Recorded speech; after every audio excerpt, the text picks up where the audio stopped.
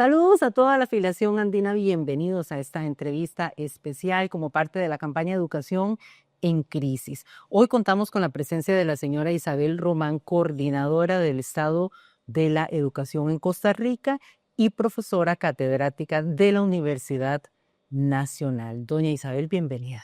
Muchísimas gracias, Wendy, por la invitación a su programa, un tema importantísimo para el país y para los afiliados. Muchas gracias, doña Isabel. Y precisamente como parte de esta campaña de educación en crisis que está desarrollando ANDE en este momento para levantar la voz por la situación tan crítica que hay en las escuelas y en los colegios, con infraestructura, con los problemas de presupuesto que complica tantas cosas. Vamos a iniciar, doña Isabel, viendo cuáles son las implicaciones del recorte al presupuesto educativo en la educación de cualquier país en general. Bueno, en primer lugar hay que empezar diciendo, Wendy, que para cualquier país la educación siempre es uno de los temas más importantes porque es donde los países colocan, digamos, su inversión en su gente y en el futuro, ¿verdad? Las sociedades del mañana se construyen hoy y las sociedades que saben o que quieren construir un mejor futuro invierten en educación porque la mayor riqueza que tiene cualquier país es su gente, ¿verdad? Y la educación lo que permite es que las personas pues tengan un conjunto de conocimientos, actitudes y valores que les permita pues aportar a la sociedad de una manera creativa, creciente, que mejore las oportunidades para toda la sociedad. Digamos, por ejemplo, las sociedades que invierten en educación saben que están invirtiendo en reducir la desigualdad, la pobreza, la violencia, mejorando la calidad de los empleos de las personas, la salud de las personas, porque las personas educadas pues son personas que cuidan de su salud, que pueden convivir con, digamos, promover valores como la paz, su relación con el medio ambiente, aprender las tecnologías, insertarse en el mundo del conocimiento. En fin, es un ganar-ganar, ¿verdad? Entonces, por eso es que se insiste mucho en la importancia de la educación como una apuesta, ¿verdad? Como apuesta de los países al desarrollo humano. Y desde ese punto de vista, Wendy, cuando los países dejan de invertir en educación, pues entonces se afecta, en primer lugar, los aprendizajes y las oportunidades de las personas, ¿verdad? De los estudiantes. Se afecta también los ambientes de aprendizaje y las condiciones donde ocurre el acto educativo. Y se afecta también las condiciones laborales y las condiciones de bienestar de los docentes. Recordemos que lo más importante de todo el sistema educativo, el núcleo central son los docentes y los alumnos, ¿verdad? Lo que ocurre en las aulas. Y generalmente cuando ocurre esta reducción de la inversión en educación, ese acto educativo que ocurre en las aulas digamos, se deteriora y con eso deterioramos toda esa apuesta grande que los países hacen para tener todo esto que decíamos al principio. Y es un proceso tan integral, ¿verdad, doña Isabel? Porque la educación, si la vemos más allá de lo académico, estamos aquí hablando de lo que usted nos decía, ¿verdad? Mejores personas, seres humanos más conscientes de la vida en general, de la salud, de los daños que se pueden causar a la sociedad, al planeta, por ejemplo. Sí, en general la educación potencia, Wendy, lo que el propulsor del enfoque de desarrollo humano, Amartya Sen, llamaba la agencia de las personas. ¿Qué es la agencia de las personas? Bueno, que las personas puedan decidir libremente la vida que deseen, independientemente de cuál sea esa vida que quieran, y también hacerlo comprometiéndose, digamos, en términos de ser responsables ante sí mismos y ante los demás por las decisiones que toman, que es lo que se llama la agencia moral, pero también la educación promueve la agencia política, o sea, la posibilidad de que las personas tengan un conjunto de valores, actitudes, conocimientos para que puedan participar activamente en la vida política de un país, pedir rendición de cuentas a sus gobernantes, aportar en la vida ciudadana. tener, digamos, los valores de participación en la democracia. Y también pues la agencia más económica, que es, bueno, pues la educación también nos permite tener un machete, ¿verdad? Un machetito para tener ingresos y tener una vida digna, ¿verdad? Y entonces por eso es muy importante que esa educación en todos los sentidos sea de calidad. Ujú. Vamos a dirigir la mirada más hacia Costa Rica. ¿Cuáles han sido, doña Isabel, los momentos en los que se ha afectado el presupuesto educativo aquí en Costa Rica? Bueno, en la historia más reciente, ¿verdad? En la historia más reciente del país, podemos identificar tres grandes momentos. En el siglo pasado, en los años 80, a principios de los años 80 se dio una caída muy importante de la inversión en educación. En aquel periodo se nos cayó el porcentaje de inversión en educación por debajo del 3% del Producto Interno Bruto. Y eso significó en aquellos años que tuviésemos prácticamente una generación perdida en esos años, ¿verdad? Gente que no pudo llegar a los colegios o que llegó a los colegios y tuvo que salirse. Y bueno, nos costó más de 20 años recuperar, digamos, esa fuerte caída que, por ejemplo, impidió que se crearan, que se construyeran nuevos colegios, ¿verdad? Ve qué importante las implicaciones que tiene en términos de cerrar las posibilidades de las personas al acceso a la educación, el derecho a la educación. Ese periodo nos tomó más de 20 años recuperarlo.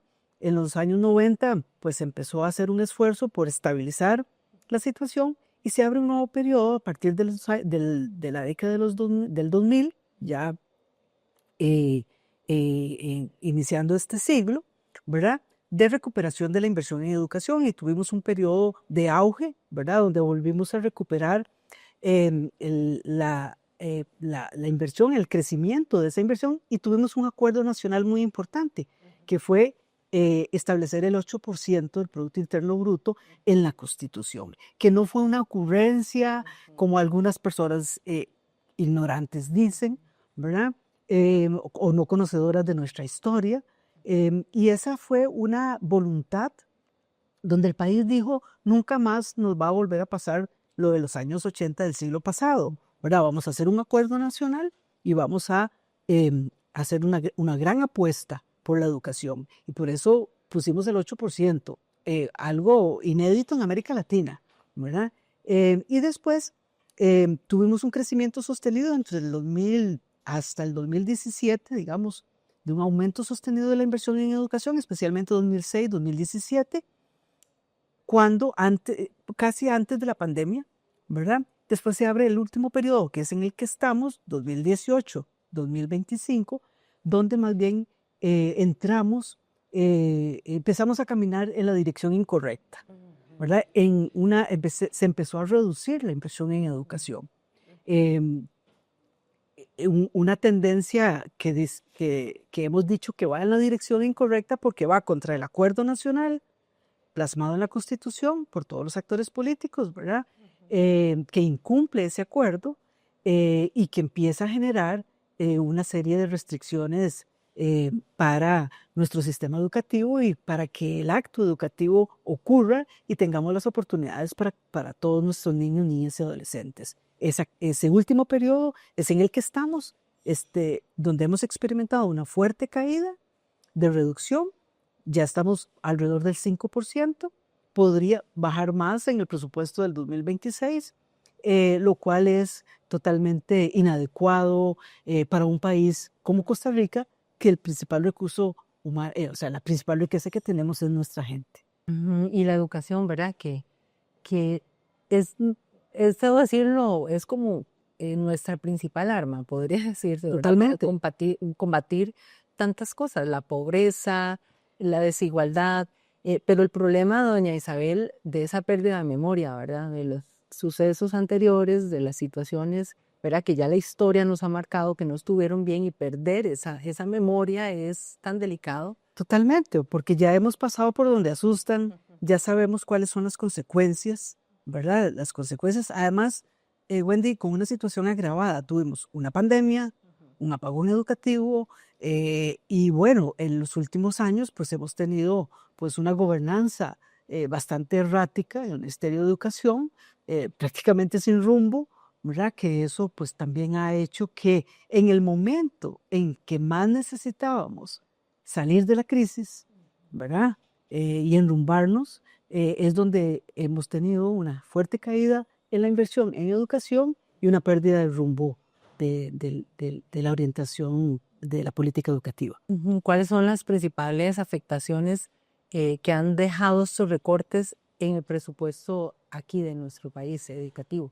Bueno, yo diría que el efecto más importante es la afectación de generaciones de costarricenses, ¿verdad? Que han salido ya del sistema educativo pobremente educados al mercado laboral, a las universidades, ¿verdad? Y eso obviamente que les va a impedir aprovechar al máximo las oportunidades, elegir libremente la vida que quieren, tener eh, posibilidades de mejorar sus ingresos, alejarse de temas tan preocupantes como el tema de la violencia. El efecto más importante es el efecto que esto ha cobrado ya en generaciones de costarricenses. O sea, ya tenemos un impacto, ¿verdad? En esa así como tuvimos en los años 80 una generación perdida, aquí ya tenemos generaciones con daños importantes. Y que esta generación, antes el problema podríamos decir que esta otra generación pues dejaba las aulas por irse a trabajar, no terminaban el colegio, no llegaban a la universidad, por ejemplo, pero la generación de ahora deja las aulas para insertarse en las drogas, para meterse a vender drogas, a traficar. Sí, eso es, vamos a ver, hay como, O sea, son dos situaciones, ¿verdad? claro, Distintas, sí, pero de igual forma. claro, porque es que el contexto ha cambiado, ¿verdad? Estamos en un contexto muchísimo más complejo, ¿verdad? Podemos decir que, bueno, que hay afectación en qué, en esas generaciones, a no tener empleos de buena calidad, o sea, buenos ingresos, seguridad social, que se les respeten sus jornadas laborales mínimas, ¿verdad?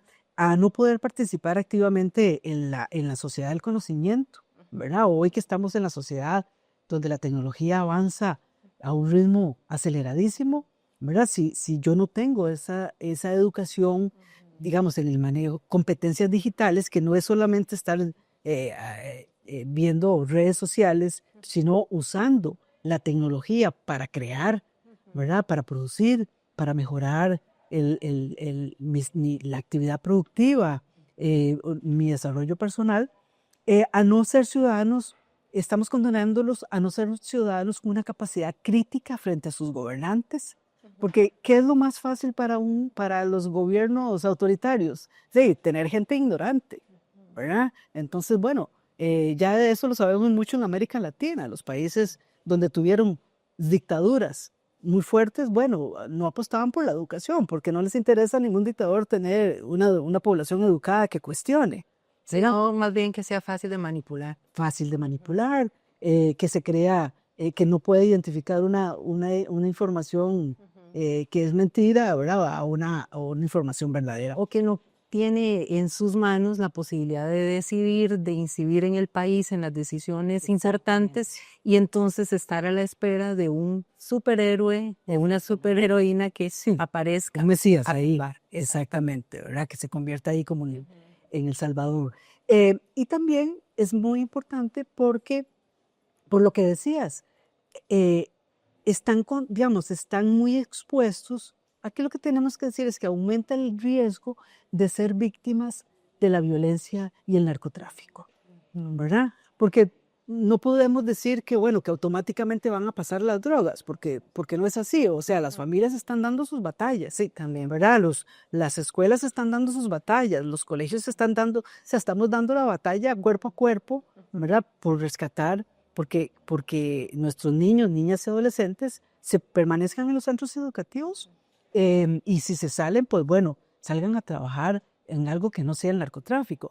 Pero el riesgo está aumentado, ¿verdad? Porque el contexto cambió. Entonces, no es que automáticamente van a pasar ahí, pero obviamente que hay una enorme presión, ¿verdad? Y mientras el tema de la violencia no lo controlemos, pues obviamente que vamos a tener daños colaterales o directos, digamos, en nuestras juventudes. Ahí ya nos adelantó usted un poco la siguiente pregunta Sí. de a qué estamos condenando entonces como país a una generación a la cual no se le está dando económicamente las condiciones para poder estudiar, como sucedió con la de los 80s. Esta generación actual, la que tenemos ahora, ¿a qué la estaríamos condenando? ¿O a qué la estaría condenando más bien el Estado si no les Bueno, provee? lo que ocurre es que se reducen seriamente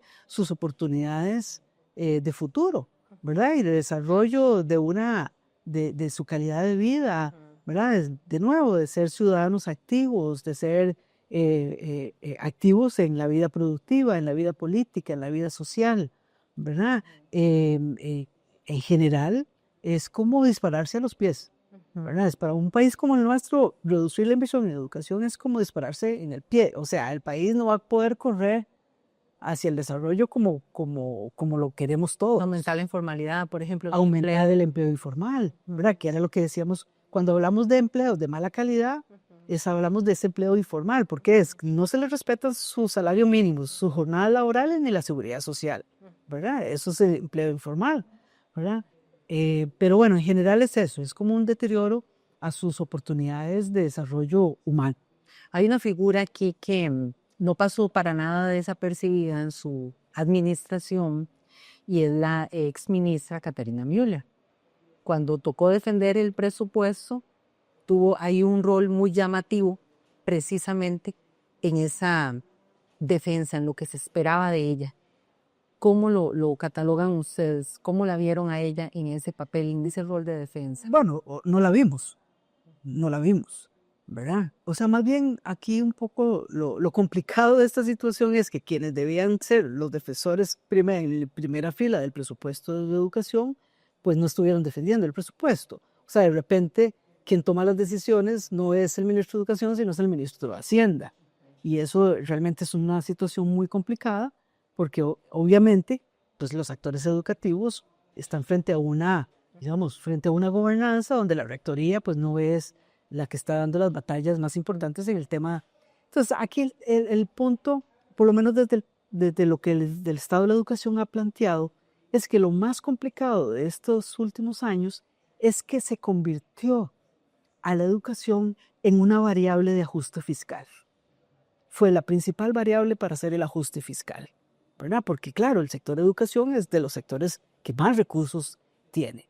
Pero si bien es cierto, tenemos una regla fiscal, las decisiones, la regla fiscal fija, digamos, como un límite ahí, pero no dice dónde usted invierte. Eso es una prioridad política, ¿verdad? Dónde usted pone la inversión, ¿verdad? Es una prioridad política. Y obviamente que esa prioridad política no ha estado, digamos, o la educación no ha sido una prioridad política en este gobierno. Eso ha sido claro por lo menos en los últimos 3 años o de lo que fue la administración hasta ese punto. Y viniendo de una pandemia. En el peor momento, cuando necesitábamos una rampa de salida, ¿verdad? Y generar apoyos importantísimos para recuperar los aprendizajes perdidos de los estudiantes, para apoyar a los docentes.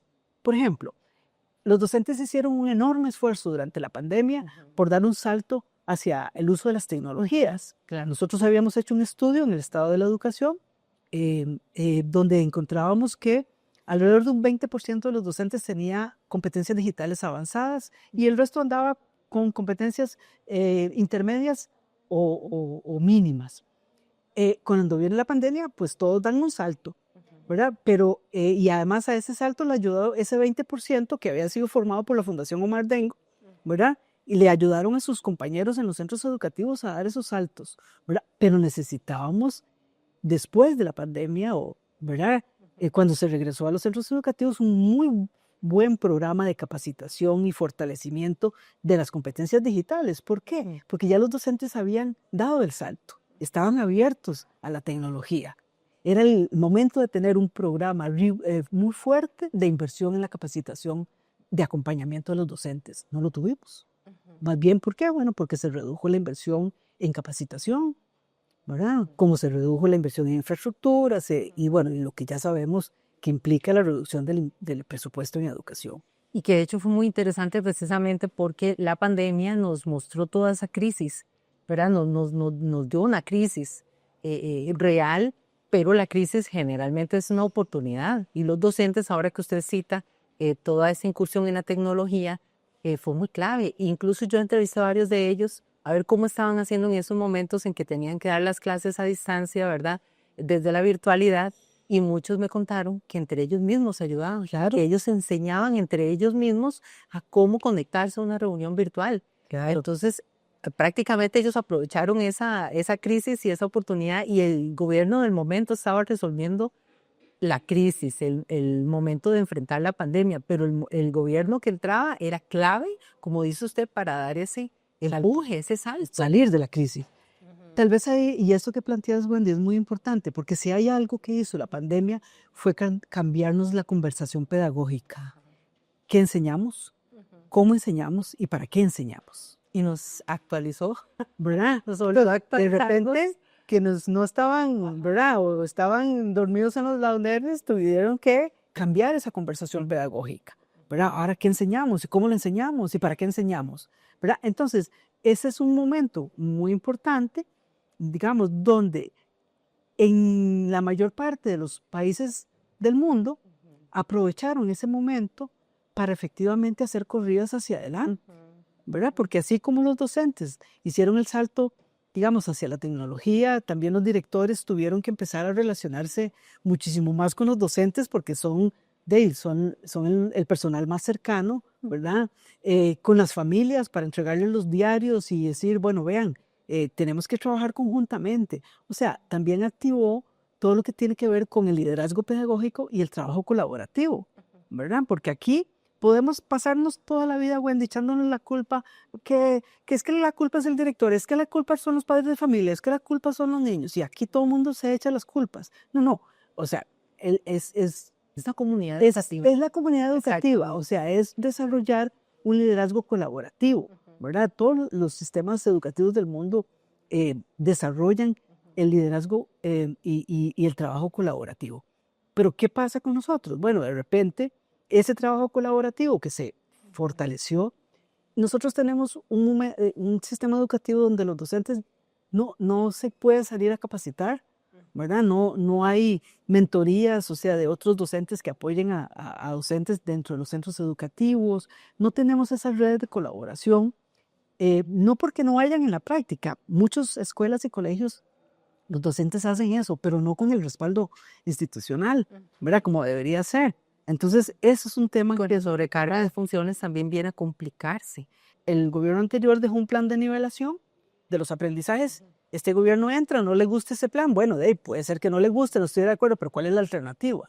¿Verdad? Entonces, ese tema fue importante en el sentido de que en el momento en que más necesitábamos soluciones, propuestas, acompañamiento a los docentes, nivelación de los aprendizajes de los estudiantes, eso no ocurrió. Entonces, claro, se suma este deterioro del presupuesto, deterioro en cosas básicas de funcionamiento de los centros educativos, em, eh, no hay recursos para el aprendizaje, no hay capacitación. Entonces todo eso, pues obviamente que más que salir de la crisis, nos hace que la situación se deteriore más. Tuvimos una ministra de Educación que dijo que no, que quien había inventado esto del 8% del presupuesto educativo y además nunca dio a conocer una ruta de la educación. Entonces tenemos la parte económica y esta ruta tan importante, ¿verdad? Que a nivel académico nos tenía que decir por dónde.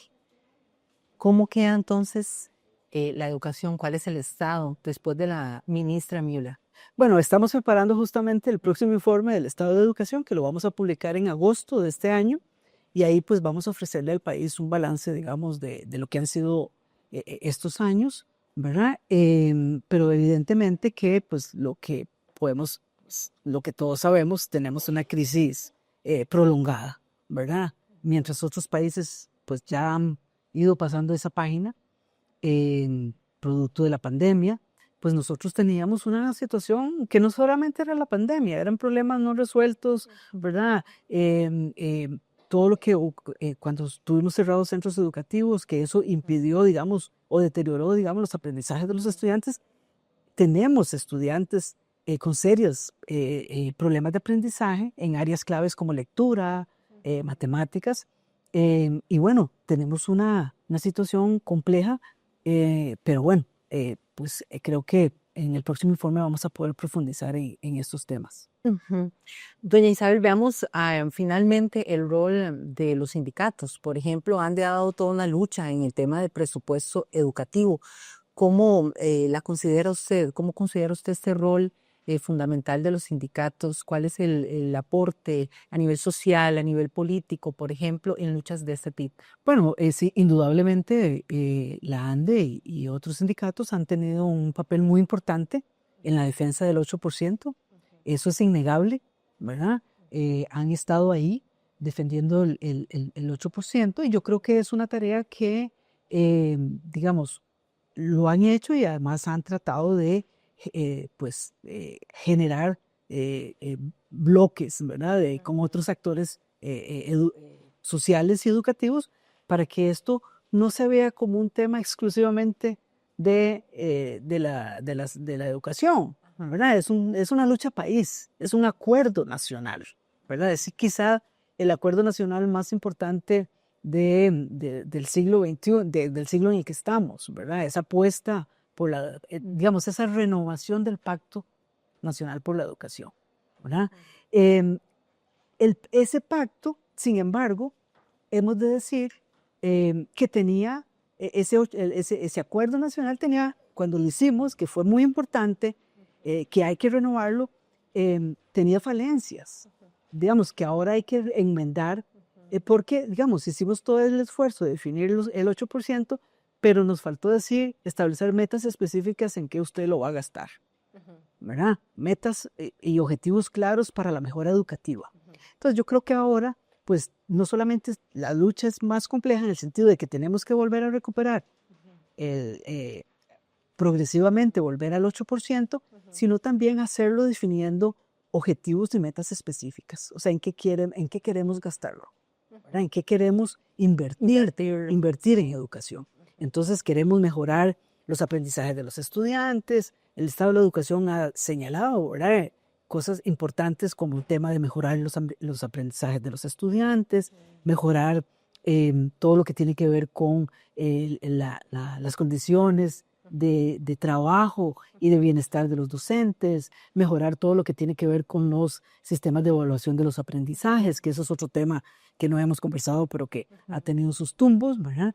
O sea, en general tenemos que hacer una apuesta, digamos, renovar ese acuerdo nacional, pero hacerlo a partir, digamos, apostando a metas que nos lleven efectivamente a lo que todos queremos, que es un sistema educativo de calidad, donde los docentes y los estudiantes, que son los principales actores del sistema educativo, pues se sientan cómodos y además tengan las mejores condiciones para desarrollar el acto educativo.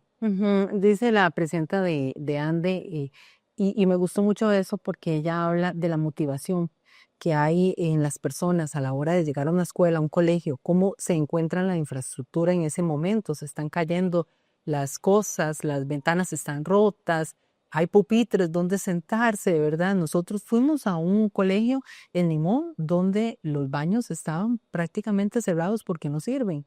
Entonces, los mismos docentes tienen que prestar el baño que les toca a ellos, a los estudiantes, porque si no, los estudiantes no tienen dónde hacer sus necesidades. Sí, sin duda. Y lugares que son zonas, ¿verdad?, donde hace mucho calor, u otras zonas donde llueve muchísimo y los colegios se inundan. Entonces, son cosas, ¿verdad?, que no solamente, como dice usted, la parte del contenido, la parte académica, sino también las condiciones donde están trabajando los docentes y donde están estudiando esos niños y esos adolescentes. Sin duda, los ambientes de aprendizaje son fundamentales. O sea, la calidad de los sistemas educativos del mundo, de los mejores sistemas educativos, empieza por la calidad de los docentes.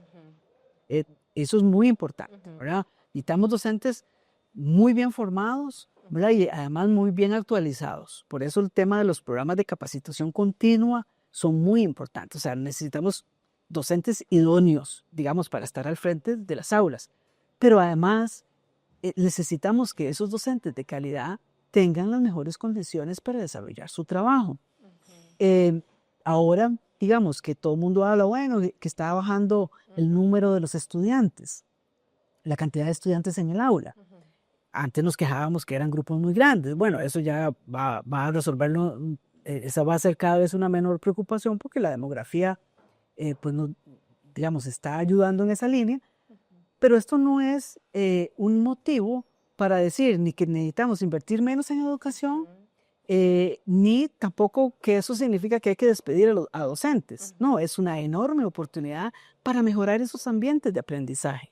¿Por qué no podemos aspirar, como los países desarrollados, a tener 2 docentes por aula? Claro. Un docente titular y el docente de educación especial que apoye a ese docente titular a atender a la diversidad de niños, ¿verdad? Porque ahora tenemos muchas quejas, ¿verdad? Sí, bueno, es que tenemos que atender, los docentes tienen que atender niños con necesidades especiales. Sí, es su derecho a la educación.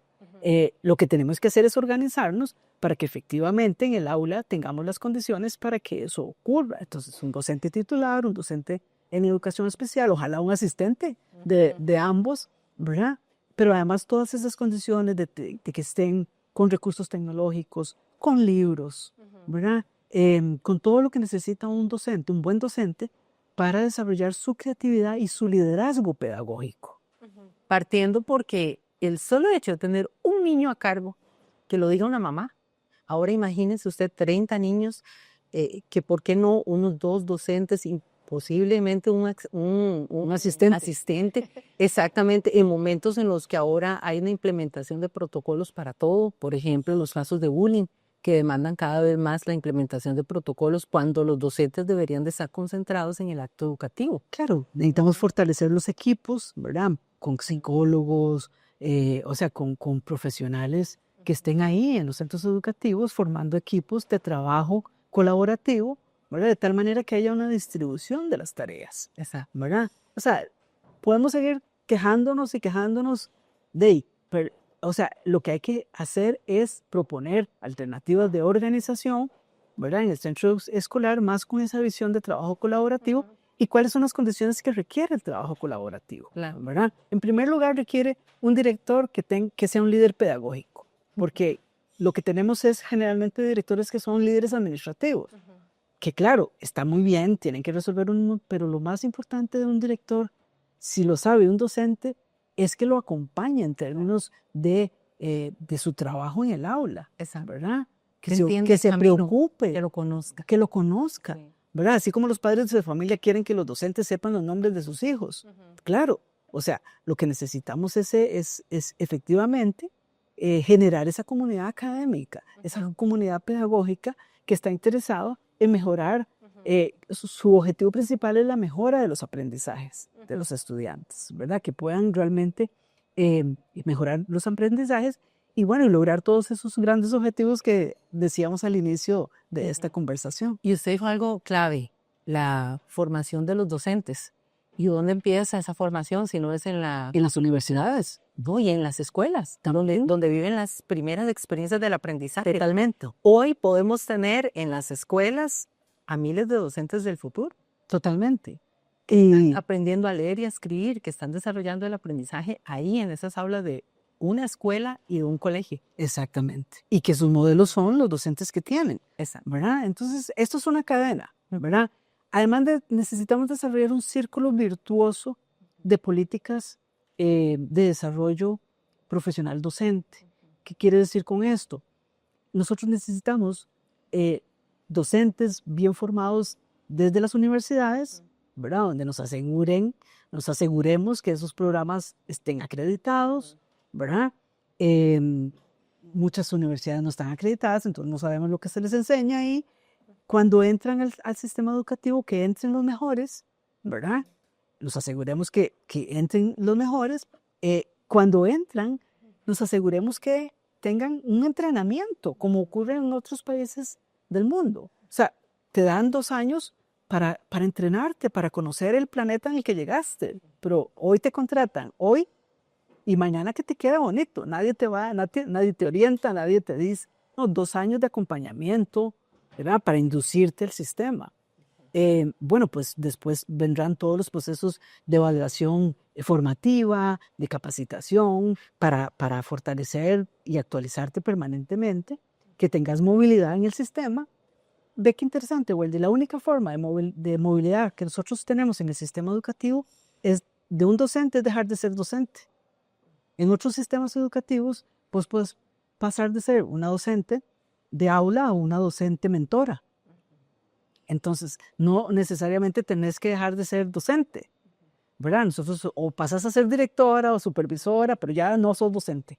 Entonces, esa carrera, ampliar esa carrera docente es muy importante, ¿verdad? Entonces, pasas a ser una docente mentora que acompaña, digamos, que asesoras a tus colegas. Entonces, es muy distinto un diálogo docente-docente que un diálogo entre ¿verdad? O otras autoridades arriba. Entonces, ese tipo de cosas, entonces, ese círculo virtuoso, ¿verdad? De políticas de desarrollo profesional docente son muy importantes y no las tenemos, ¿verdad? O sea, nosotros no tenemos articulado ese círculo virtuoso, ¿verdad? Entonces, bueno, creo que eso también es parte de los desafíos que tenemos para mejorar esa condición docente y además todo el tema del bienestar docente, que es muy importante, ¿verdad? Porque los docentes están ahí en el día a día, ¿verdad? Y a veces es una tarea solitaria, ¿verdad? Entonces, bueno, ¿qué hacemos por el bienestar docente? ¿Verdad? En términos de la salud mental, de la salud física de los estudiantes, de los docentes, porque no tenemos un gran programa de formación, digamos, en términos físicos de los docentes, en términos de mejorar su alimentación, su condición física, su condición mental, ¿verdad? O sea, su estabilidad mental, su emocional, realmente que se sienta La política de salud ocupacional. salud ocupacional. En fin, digamos, como que ahí tenemos todas estas tareas, pero ahí es cuando de nuevo volvemos a decir, bueno, sí, trabajemos por el 8%, pero ¿qué queremos de eso? ¿Verdad? ¿A dónde ponemos la apuesta?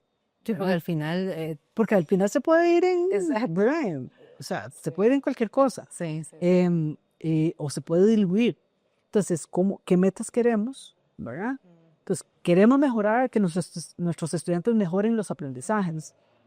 Queremos que tengamos docentes cada vez de mayor calidad y con mejores condiciones. Bueno, Resolver las 800 órdenes sanitarias. pues por ahí, ¿verdad? Pero bueno, metas específicas, precisas, porque si no se nos diluye, ¿verdad? El acuerdo. O cualquier gobierno de turno viene y dice, bueno, aquí, o sea, como que eso del 8%, es que, ¿verdad? ¿Quién tomó ese acuerdo? ¿Verdad? O sea, vienen los gobiernos de turno y fácilmente zafan su responsabilidad política de honrar los acuerdos nacionales.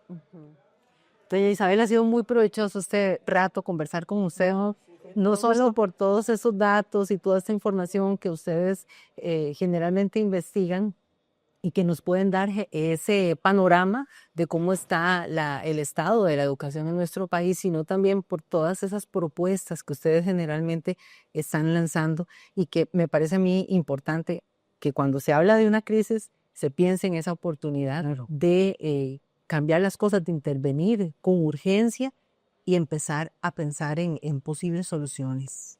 Esa es creo que en este momento la tarea más importante que tenemos es de reconstrucción de nuestro sistema educativo.